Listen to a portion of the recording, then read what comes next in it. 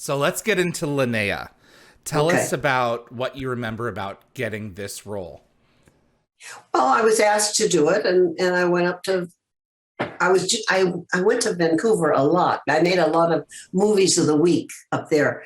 There was a period of time when movies of the week were very popular, and I made a lot of movies of the week up there. So I knew Vancouver. I love Vancouver. I really like it, and so I went up to do it, and I had it was a technical. I had some technical stuff to do, and that's always hard for me.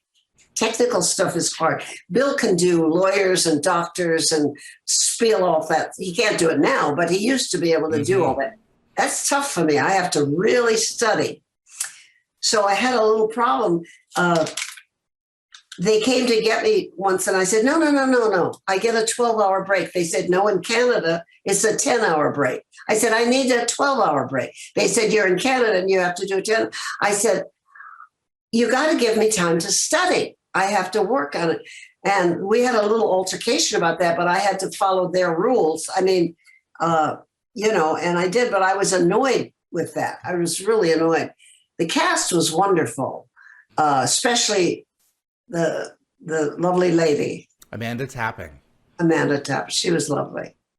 And so was the lead, Richard Dean Anderson. Richard Dean Anderson. They were all very nice. Oh, and I remember the man with I talked a lot with the guy with the bald head, Dean. Was it Teal'c? So the black gentleman, Christopher Judge? No. That was the bald head. Oh, Don S. Davis. The general, yes. May he rest in peace. General Hammond. He's gone, of yes, course. we lost him a few years ago. Yeah, to a heart attack. But what a amazing human being he was. Yes, Everyone who knew him loved him. Yes, and I remember conversations with him and, offset that were lovely, lovely, lovely. And as I say, the cast was wonderful. I just had a little technical glitch about the 10-hour turnaround as opposed to the 12-hour turnaround. Right. We go. That's a union thing. Say again. That's a union thing. Understood. Yeah. It's where things get tied up in knots if you're not careful. Yeah. This character, Linea, is one of Prisoners is an excellent, just cautionary tale of assuming that everyone is in the same position that you are, where the team gets taken to a place where they've been, yes, they have broken a law, but a life sentence for trespassing somewhere. And they go to this place where they meet this marvelous chemist who they assume has also been brought there against her will for one reason or another, but they don't ask any questions. Their only interest is getting out. Yeah. And she helps them with that. She introduces us to cold fusion technology, which we've been trying to get forever. And once we do that, we find out what we have unleashed. What was your view of this person who was really underneath this awful creature with photographic memory and computers? There are people out there like that, who you turn your back on them and they'll get you on a dime. What was your interpretation of whoever this person was, Linea?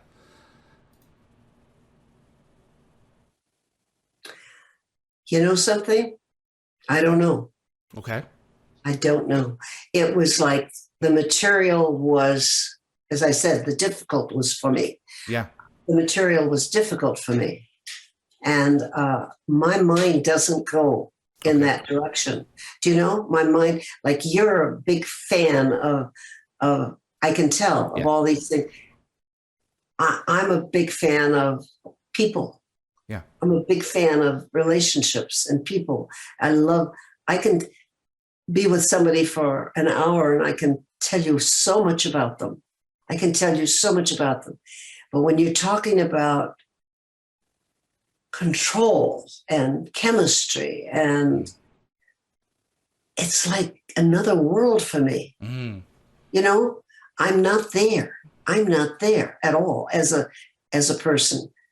So it's all, and when they go, all this made up stuff, my husband loves it. My husband will talk about the stars, and he'll talk about the earth, and he'll give me statistics, and my kids both know a hell of a lot more. I'm really dumb in that area. I'm really unexplored in that area, probably to my regret, but it is not my forte.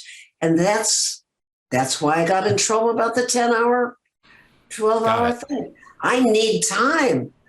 I don't understand this. I don't even understand it like a high school kid would, who took chemistry and physics and all of that. I don't get it. You know? Well, Bonnie, let me tell you then, from my perspective and from many of a fan's perspective, you, with the documents and the writers, created a mad scientist that terrified us. Really? Yeah, because she is the destroyer of worlds. Yes. This is a person who has wiped out at least 2 civilizations that we know of.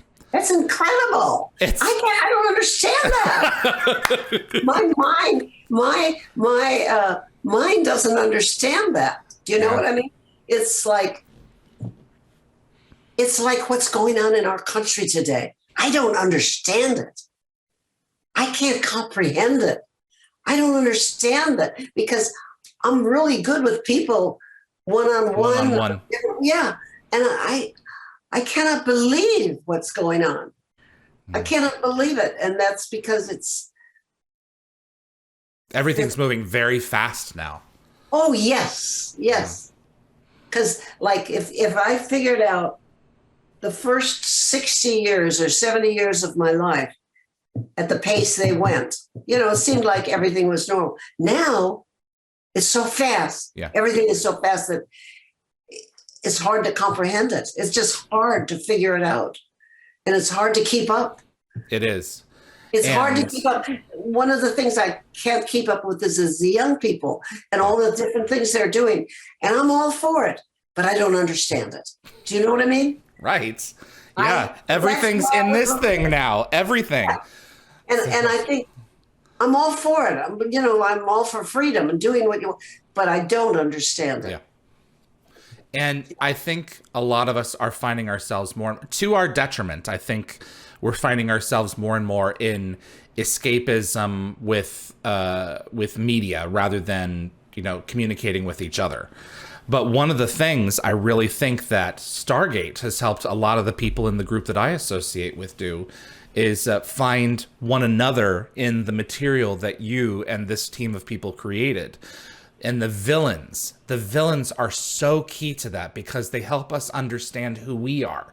And they help us recognize and see where if just a twist of fate was different, that's us, And under the right circumstances, it will be us. And that's, I think, what Linea and a lot of villains like her bring to the surface. It's like, just the right amount of this and the right amount of that makes that human being possible. When I play a part, I always play it like, I look at that and I say, she's a nice lady. Right. All intents and purposes, she is. Look at the nice lady on the screen. Look at the nice lady. I do. And I say, oh, don't I look pretty there? Or, Right? That's the way I respond. Thanks for watching this clip from Dial the Gate. You can find the full live stream shows on our YouTube channel or visit dialthegate.com for the complete schedule. See you on the other side.